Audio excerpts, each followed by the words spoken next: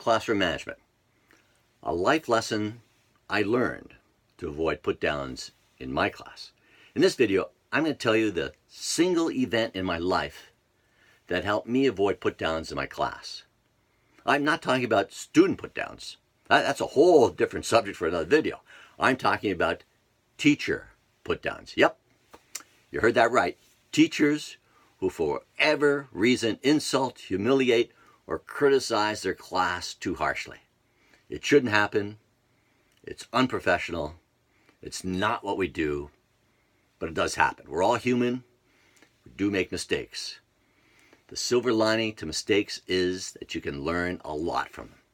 And I learned a lot from a mistake made by one of my teachers. I'm going to date myself, but in 1966, when I was in the 6th grade, we had a French teacher who taught French to the entire school.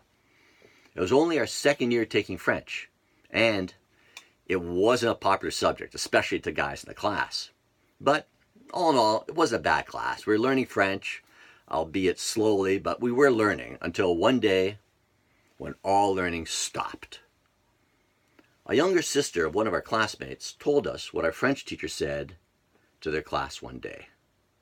She compared our class with theirs and told the class how slow we were learning French.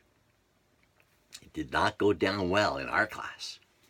We all agreed not to answer any questions she asked. The next day, when she entered our class and asked basic questions, only one hand went up to answer.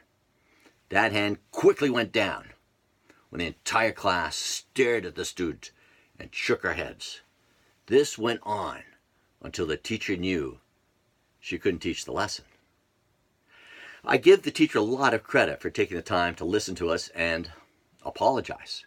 This was, after all, a time when teachers strapping students was not uncommon for far less offenses in the classroom. So you can imagine what kids can do today with social media, smartphones, and a public that isn't as supportive of teachers as they were in the 1950s and 60s. 16 years later, I became a French teacher.